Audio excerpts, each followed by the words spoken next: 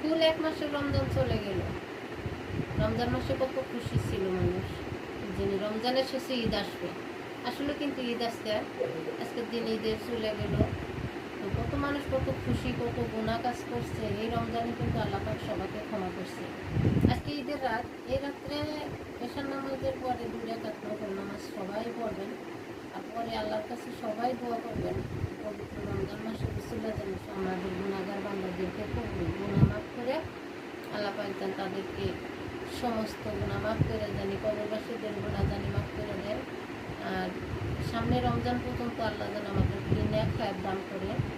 সবাই এই কামনাই করবেন ইনশাআল্লাহ। দেখেন, আশায় ছিলাম যে রমজানের পরে একদিন খুশির দিন আসবে, ঈদের দিন আসবে। তো ঈদ আজকে কিন্তু হয়ে গেছে, ঈদ চলেও গেল। অথচ দেখেন কত মানুষ দুনিয়াতে বেঁচে আছে, কত মানুষ আত্মীয় স্বজন কবরে চলে গেছে। তাদের জন্য সবাই জানি, কবরের বাসিন্দা যারা আছে সবার জন্য সবাই দোয়া করবেন। আর অবশ্যই আমরা ফেসবুকে ভিডিও বানাই, ইউটিউবে ভিডিও দিই, টিকটকে ভিডিও দিই। আসল না, সবাই হিংসা কিনা বাদ দিয়ে সবার সাথে থেকে সবাইকে সাপোর্ট করে এগিয়ে যাওয়ার মতো সুযোগ করে দিই। সবাইকে যদি সাপোর্ট করা হয়, দেখেন একজন যদি ভিডিও বানায় ইনকাম করে, তাহলে কিন্তু কারো টাকা কেউ নেয় না। এটা কিন্তু ফেসবুক দেয়, বাহিরের রাস্তা থেকে ডলার আসে।